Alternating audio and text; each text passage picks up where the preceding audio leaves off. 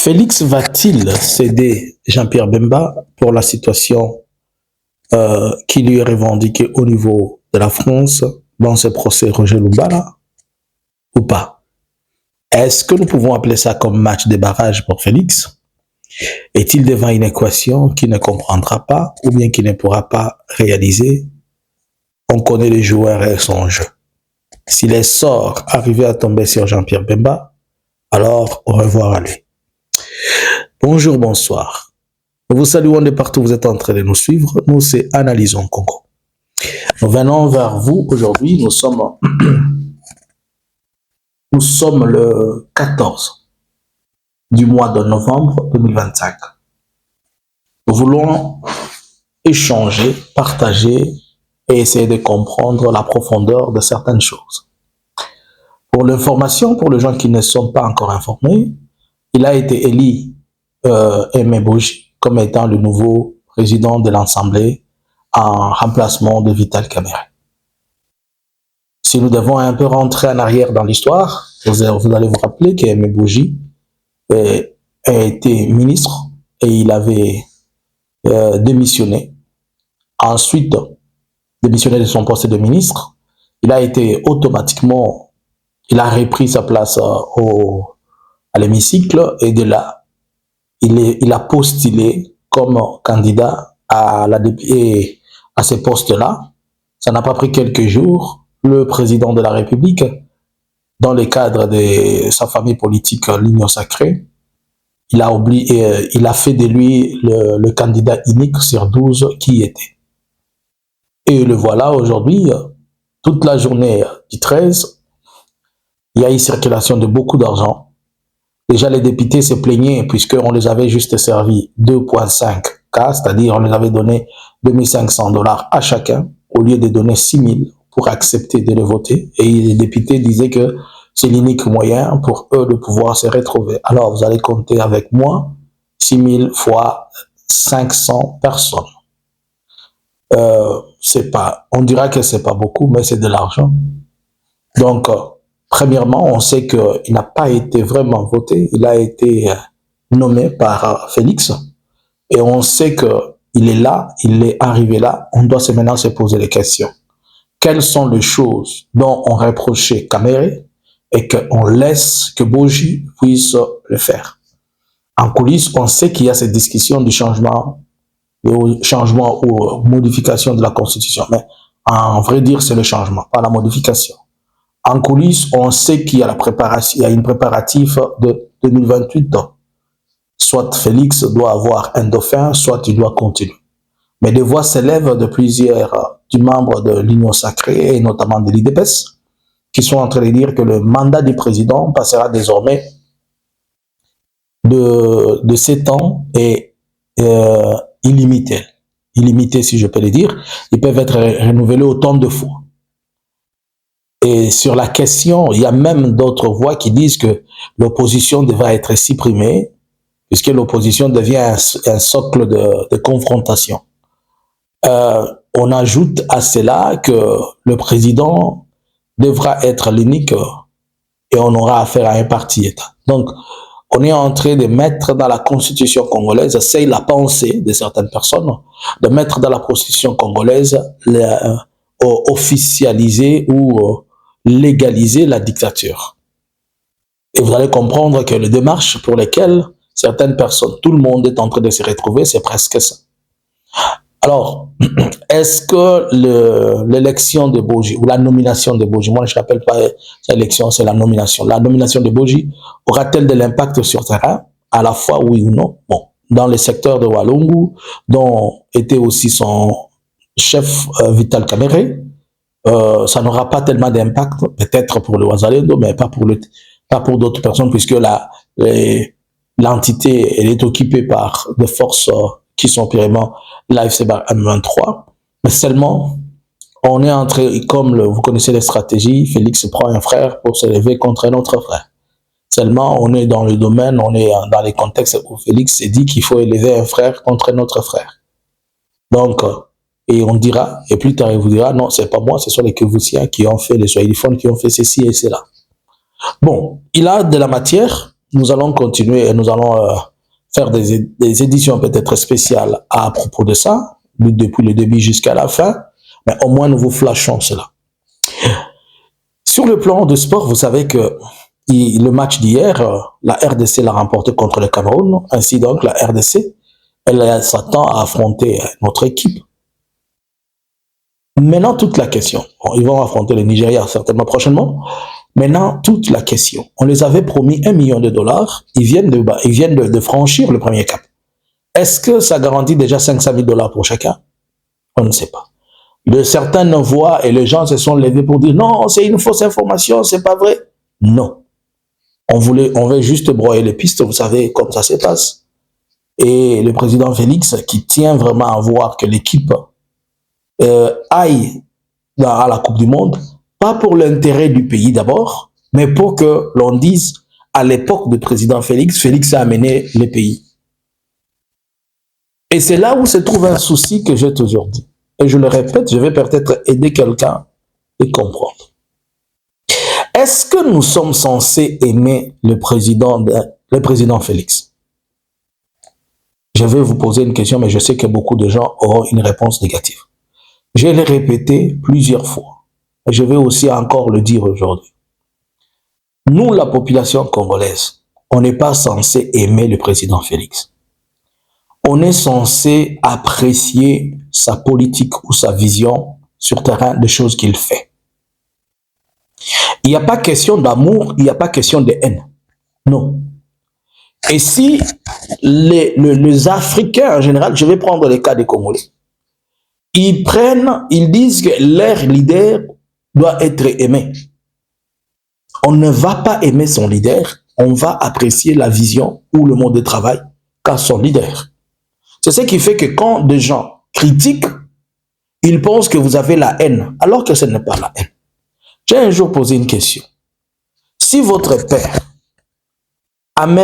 vous amène à manger dans la maison la viande et l'aliment de base congolais, c'est le foufou, est-ce que vous allez sortir dehors, aller crier devant tout le monde, hey, papa n'a pas il a qui foufou na nyam, papa n'a pas il a qui foufou, foufou na nyam. Est-ce que vous allez crier sur ça?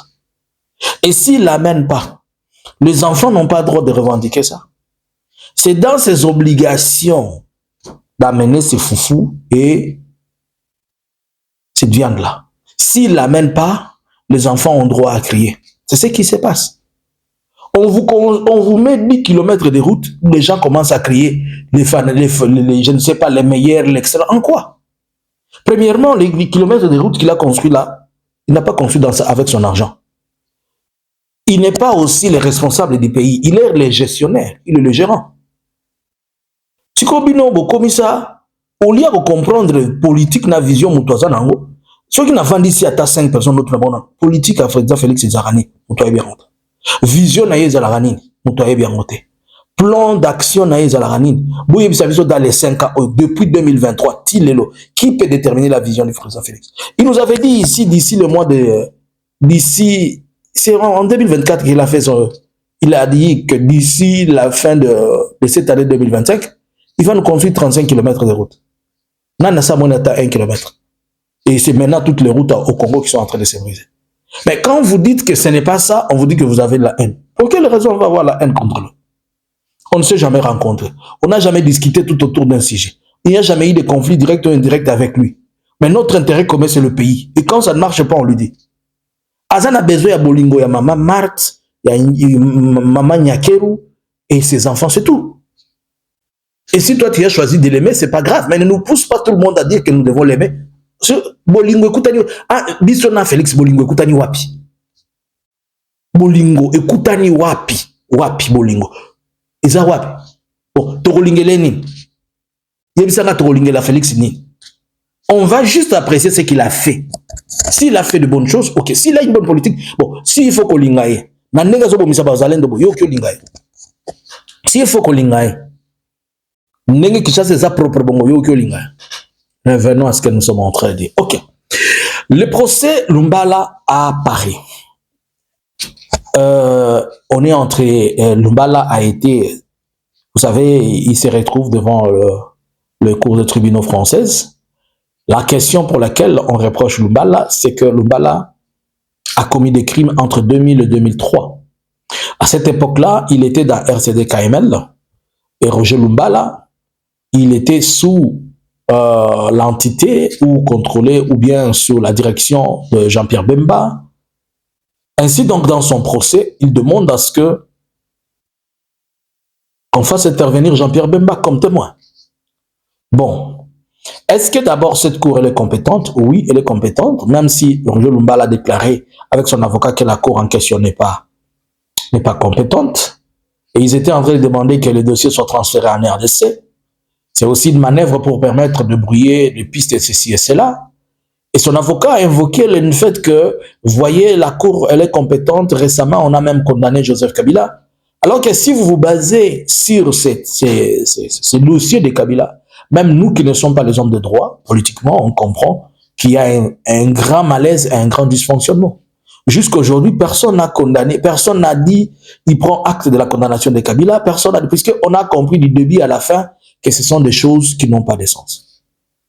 Alors, si Roger Lumbala demande à Jean-Pierre Bemba d'intervenir, d'être invité, est-ce que Félix va donner Jean-Pierre Bemba? Dorénavant, la réponse, elle est d'abord oui. Nous connaissons le joueur et son jeu. Félix, dans cette matière-là, dans ce domaine-là, il te vomit à la seconde. Nous sommes en face d'un dossier international. Ça fait du temps que Félix est en train de parler de Génocoste. Et il serait contraire à ce qu'il est en train de dire, lui qui cherche une justice, lui qui cherche que la communauté internationale reconnaisse le Génocoste, on lui posera la question, et ton homme de main là, il figure parmi les gens qui ont commis ces mêmes bavures dont vous êtes en train de dire aujourd'hui. Que fera-t-il à ce point-là? Il sera obligé de le céder.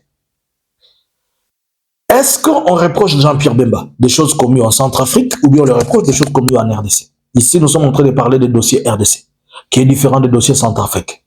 Bon, mais est-ce que le dossier Centrafrique peut avoir des connotations avec le dossier RDC? Ça peut être possible qu'il y ait des connotations puisque maintenant nous devons comprendre les deux dossiers. Les dossiers de Centrafrique pour lesquels il avait été amené à la CPI n'avaient rien à voir avec la RDC. Je l'avais expliqué plusieurs fois et je me permets encore de vous expliquer. Il était reproché d'avoir tué des gens en Centrafrique. Mais ce n'est pas ça le problème. Il avait un problème avec des banques françaises dont on sait qu'il y avait de l'or dans ces banques-là. Et Jean-Pierre Bemba, étant le boss à cette époque-là, Jean-Pierre Bemba avait pris tout l'or, le lingot d'or qu'il y avait.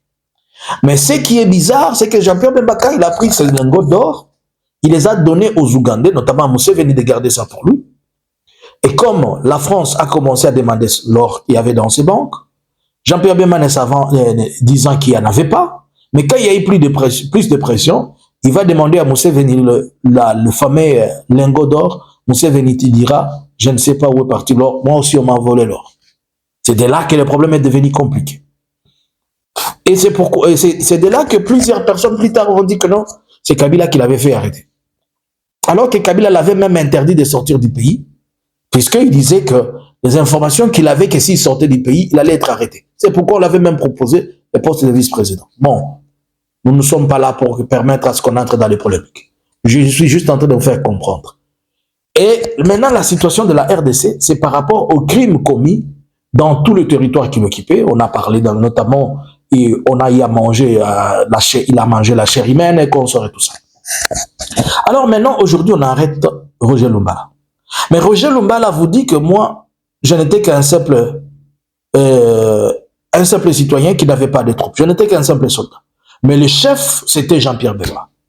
Et il ajoute, il y a aussi le général Constant Ndima. Pour ceux qui ne savent pas, pour ceux qui ne connaissent pas, Constant Ndima, c'est le général qui était, lorsqu'on a commencé l'état de siège, c'est lui qu'on avait envoyé à Goma. Et je vais me rappeler que quand Constant Ndima était à Goma, le Rwanda était en train de dire que ce monsieur est accusé de plusieurs crimes, notamment des choses qui sont liées à Jean-Pierre Bemba. Il ne serait pas mis avec sa vision je sais pas, de haine ou qu'on sorte, sa vision des criminels, des génocidaires, si on peut dire comme ça, de les garder ici. Bon, il restait et il était là. Mais pendant que Constant Ndima était là, j'étais en train de me poser une question. Pourquoi Constant Ndima, chaque fois ses rapports allaient d'abord sur la table des choses de Bemba avant de se retrouver chez Félix. Même quand Bemba n'était pas encore dans les milieux, il n'était pas encore ministre, il n'était pas encore ministre de Défense. Il n'était pas encore ministre de Défense, il n'avait pas encore de fonction officielle dans le gouvernement, mais Jean-Pierre Bemba recevait quotidiennement les rapports avant que ces rapports n'aillent là-bas. Bon, maintenant, est-ce que Constant aussi Ndima va se retrouver? On va l'interpeller. Il y a deux personnes maintenant, Jean-Pierre Bemba et Constant Ndima. Laissons le cas de Constant Ndima. D'abord, est-ce que Félix va céder Jean-Pierre Bemba? Oui. Félix a besoin de faire de beaux yeux à la communauté internationale. Il a besoin de faire de beaux yeux à la France. Il a besoin de paraître comme quelqu'un, tu vois, moi, je suis l'homme juste. Et pour ce fait, il lui dira, ce sont des faits que tu as commis avant, que je ne saurais te défendre. Alors, à ce point-là, Jean-Pierre Bemba est sur une tangente qui lui sera compliquée. Est-ce qu'il peut encore faire la deuxième fois une condamnation? La justice nous dira, mais peut-être, mais s'il s'avère que, comme on vient de le dire, qu'il est coupable, alors il va se retrouver là-bas. C'est à la fois un test pour Félix, un test pour Félix, un test pour l'intérieur. Mais si Félix livre Jean-Pierre Bemba, il va créer un malaise avec tous ceux qui sont tout autour de lui et qui ont des taches sur la peau. Est-ce que maintenant on va faire la chasse à la sorcière? Il faudrait que tout le monde qui a ces taches sur la peau qu'on envoie dans cette cour de tribunaux. Peut-être la RDC peut faire semblant d'organiser sa propre cour pour juger ces gens afin de diminuer un si peu, on peut dire, ceci et cela.